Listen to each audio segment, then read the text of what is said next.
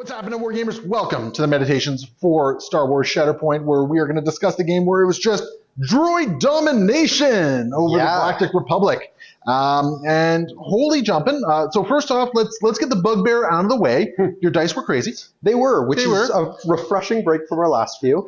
So now that that's out of the way, let's get the other bugbear out of the way. Holy jumping Kalani. Kalani, okay, so this is my first time playing him. Kalani is disgusting. He has no right to be as good as he is. All the synergies in the droids, like you took so many points just by activating Kalani. Kalani, right? And even Kraken, like Kraken to a lesser extent. Like I think Kraken is the more balanced version of Kalani. He is. He's also 1 point less. He is. Right? But yeah, Kalani's Roger. I mean, it was that turn where I was able to say, look, these 3 points are all mine and my back one. I have 4. Deal with it for the rest of the game. Yeah, and it was just absolutely crazy. Like just the sheer amount of mobility goes, and it goes back to something I've been saying a lot about this game, in that we all know movement is key in this game. It is king, and I felt like attrition really doesn't bring it back to it. Now, having said that, I didn't really have a lot of attrition in this particular list, but even a lot of my defensive tech wasn't really hopping off on this one. Like we didn't even get through the deck twice. The 212 only got 1 activation here. Yep. And that was actually the other funny thing. Because of all your synergies, I feel like you got so many more activations than I did, even though you drew the same amount of cards as me. Yeah, no, I mean, the amount of times I was able to attack with things like the B1s or the B2s when it wasn't their turn, Kalani and Kraken are both just ridiculous for that. Being able to say on every single one of their turns, someone is going to dash and make an attack. They're also going to throw an 8 dice attack at you because they both have 7 dice attacks for some reason. Like, you would think they're just support pieces, but no, they also hit like trucks. They do. They put out a lot of hurt, and yeah, it's rough. Like I don't even know where to begin with this one. Like I'm not gonna lie. I felt a little like, even though I won the second struggle, I felt a little demoralized on this one because it felt like I was constantly doing an uphill battle. No, to try and withstand the game. I definitely agree. Like the second struggle ended up being in a location that was really convenient for your team, and I had a few turns where I was failing to kind of do much of an impact on it. But as soon as it went back to being something centralized where I had the majority of my forces able to actually be relevant, you had very little you could do about it. The droids just, they don't stop. I had no answers for a lot of that, and there was a couple instances where I failed to do necessary points of damage to get things through. Like this plane collapsed on me pretty much right away. Yep. Like Asajj coming in and just pushing her. Like Asajj only did 1 activation. Yep, Asajj did 1 activation. She shoved Barriss into a corner and did a bunch of damage. Yeah, and she scored you a whole bunch of points on turn 1. Yep. Or on struggle 1. Like there was no question about that. She did her work. Like even though the majority of the fight was happening over here, I didn't have any of those big pieces that really came in and clunked you. The other thing that I really want to talk about was like just the force disparity of what was going on here. Yes, you were out of force all game. I was force starved the entire bloody game, and like you have what, like 2 characters that care about force, and everyone else is like, yeah, like Asajj is pretty force hungry. She's actually very, very force hungry. Grievous, reasonably force hungry, but Kalani and Kraken were getting their tactical networks just on their damage tree because again, for some reason, they hit like absolute trucks. And then the B2s, I never actually used any of their force abilities, weirdly enough. No, you really didn't need to. I didn't need to. And like they're solid abilities. I mean, maybe once or twice they would have been useful to have used, and because I had the force to spare, maybe I should have.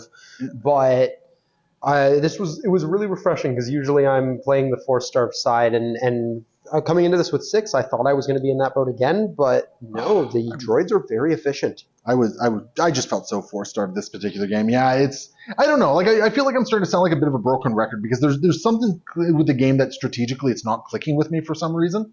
I don't feel like I'm making strong tactical decisions with it. But I really don't know what to say with it. I mean, Kalani just coming in and dummying the commandos, right?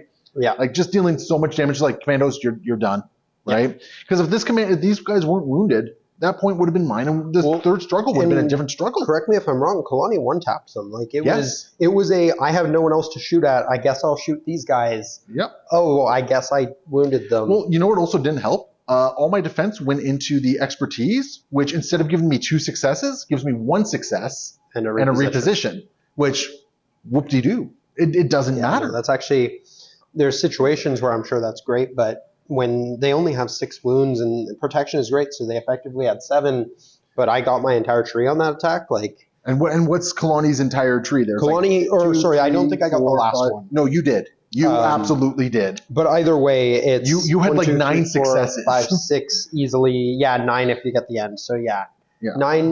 8 or 9 successes depending which Yeah, path you go. you had a stupid amount of successes there, and I got one block in there, right? So you just absolutely dummied them. And there's just no answer to it. Not to mention that both Kalani and Kraken have a ridiculous surge chart on attack, where 2 expertise gives them a crit and 2 hits. Yep. Which is that came up so much. And that's why you had so many things on, because you rolled a handful of expertise and just absolutely dummied me. And like all they need for that is 2, and that's just fantastic when they're both doing so much work already. It's rough. Now, something that I do think kind of hurt me in this game a little bit, I had a distinct lack of ranged attacks. This is true. You had a lot of lightsabers. I had a lot of lightsabers. And that's kind of the funny thing, because I felt like my lightsabers weren't really doing much into you.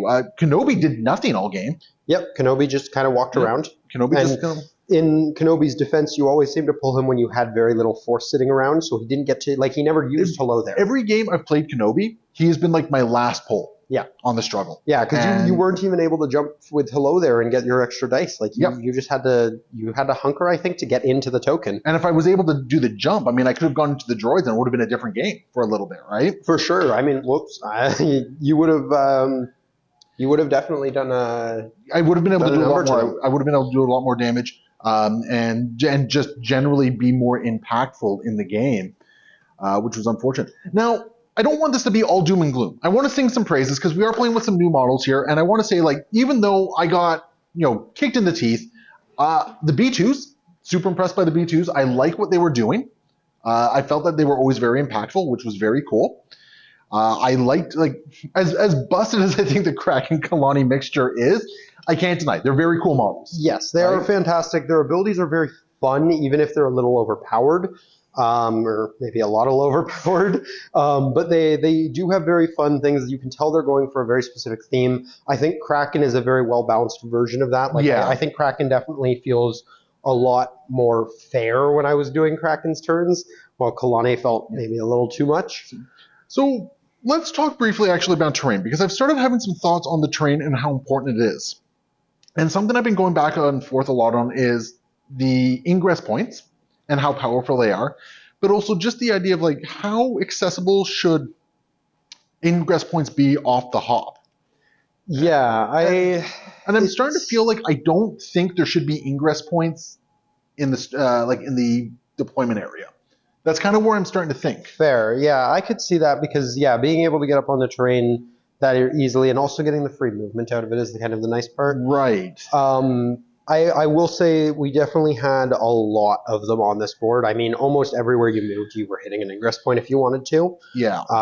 We had them on pretty much all sides of every terrain piece. I mean, I'm just looking at these, and it's either way you go up. Here, I've got two of them. There was a lot of ingress points, and I'm starting to think that less is actually more with the game. I think to really take advantage of the way the terrain works, the elevation, all that sort of stuff. Yep. Less ingress points, I think, might actually make for a more interesting or varied game. It definitely makes the characters who can jump feel like they have something over the characters who are just dashing. Yeah. So it's kind of interesting. I think there's still a sweet spot to be found as far as the terrain goes, and I don't think I'm quite there yet with it. No, I think it's definitely something it would be nice if they were to kind of put out an official statement on that, how many ingress points is too many for whatever, but I think the problem is, though, the second they do that, they pigeonhole themselves if some characters come out that really abuse things, right? True. But yeah, with this many ingress points, you look at what Kalani's activation does. Yeah. And it's just everyone's up on terrain. It's just the game is played on elevation 1, elevation 2, right? So it was just kind of crazy on just how much of a leg up it kind of gave you. And then all my guys just kept getting pushed down. I'm actually surprised I lost that center point as easily as I did. Yeah, I mean, being able to when I noticed that it was Kalani, Kalani could be the one who I put up there, and it was just I've got 2 up there. Pretty easy. Absolutely. I mean, you might have been able to sneak the B1s in there. We didn't actually check. Yeah, we never tried, and it might have been possible. But the second you saw Kalani, it's this just makes sense. Yeah. Let's just do it. So, but anyway, I think we've shared our thoughts on the game. Got a nice little shellac in there. I will take a game eventually, I'm sure. But today it is not this day. So anyway, thank you all for watching. Basically, hit up the comments below. Join the conversation. Remember, if you want to support the channel, patreon.com/AsiaSbrand Studios. And if you want to learn more about Shatterpoint, check out the bit link in the description below. We'll see you next time. Happy wargaming.